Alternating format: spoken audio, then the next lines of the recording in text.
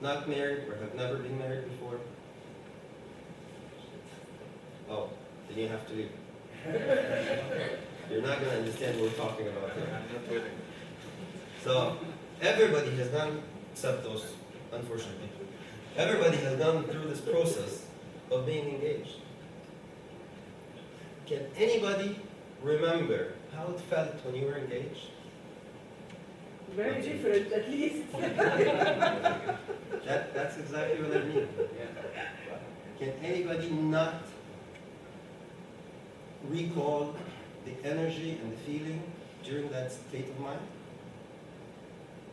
Actually, this is the challenge our wives give us. Remember when we were engaged?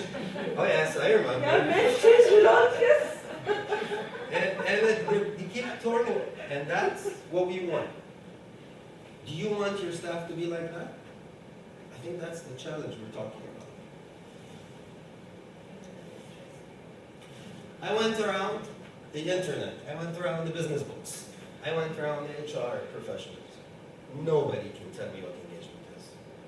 Commitment, hard work. They come on time. They leave late. That's not engagement, guys. I couldn't figure out.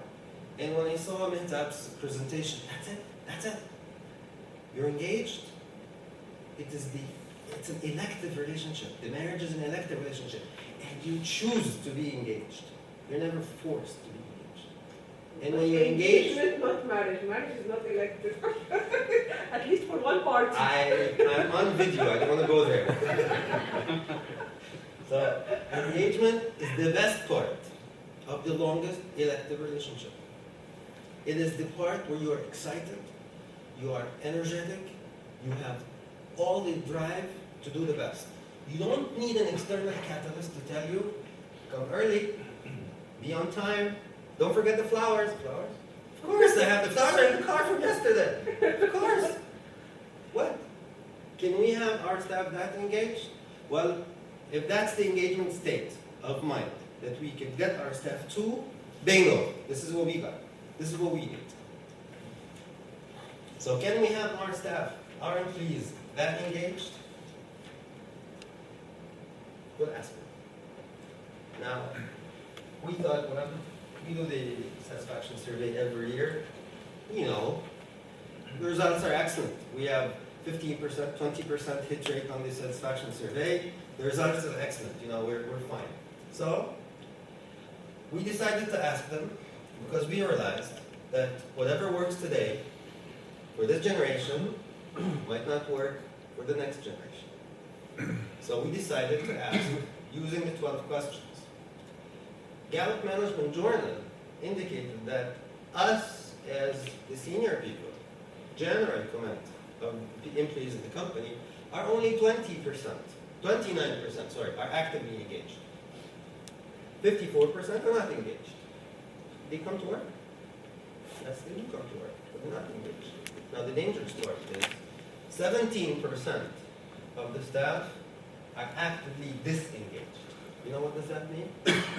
You have 17% of your company that are sick with an infectious disease that actually destroys what the 29% are doing.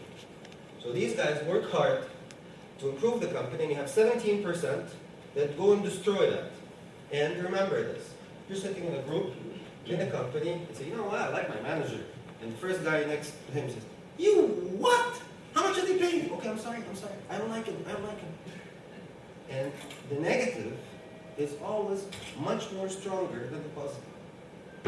So those 17% are enough to destroy what the rest of the company is doing.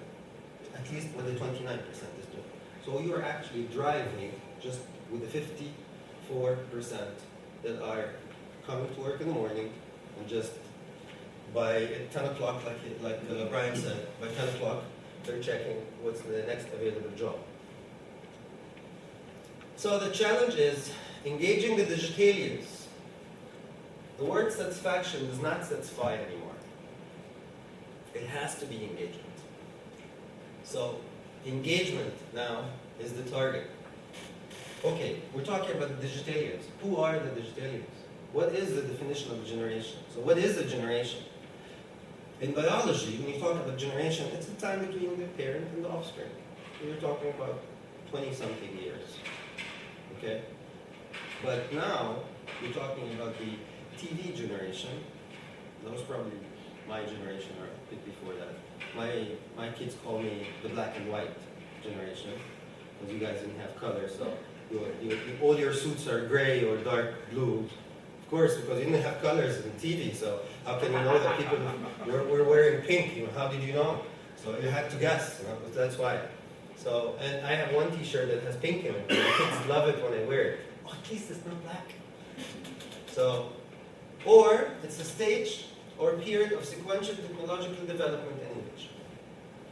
We refer to the TV age, the color TV age, the iPod age, the Facebook age. Now, Dr. Glenn Pace from Missouri State University presented this in his lecture in one of the HR conferences in Egypt. He divided the generation timeline as matures and veterans.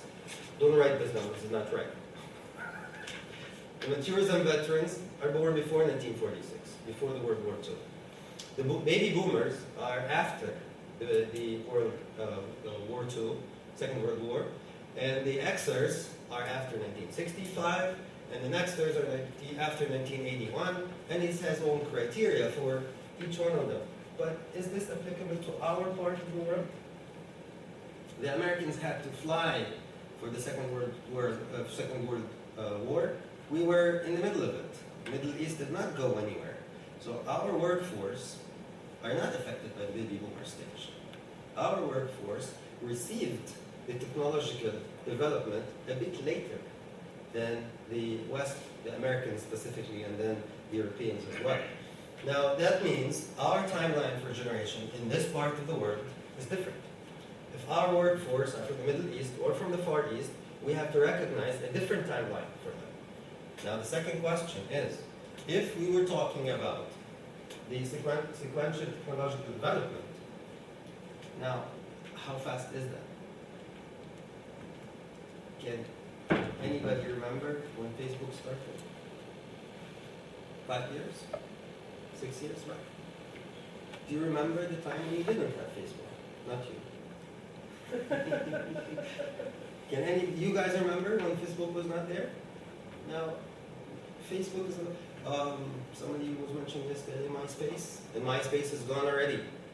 Now, you're still using Hotmail? Oh, that's old stuff.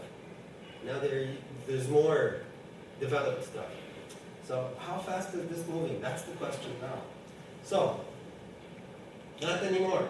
With the technological development, generation is only 5 to 6 years.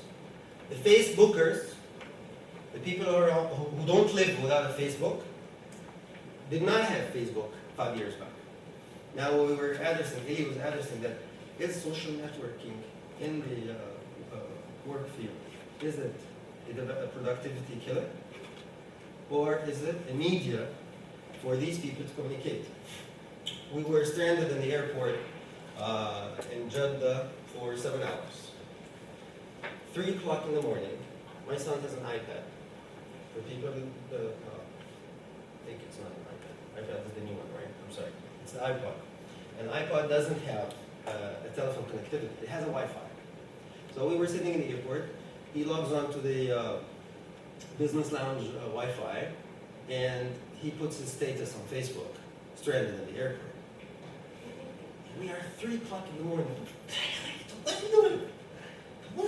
3 o'clock in the morning, what are you doing? Say, hey, you're making fun of me? Look at this. 3 replies already. 3 o'clock in the morning. These guys are on Facebook. He's on Wi-Fi, they're on their computers, and they're communicating. Now imagine these guys, oh, another one. I have a 12-year-old who's got a BlackBerry. When he told me, Dad, you know what, I want a BlackBerry, I took him to the fruit market. And he goes, Daddy, BlackBerry. BlackBerry. What are you talking about?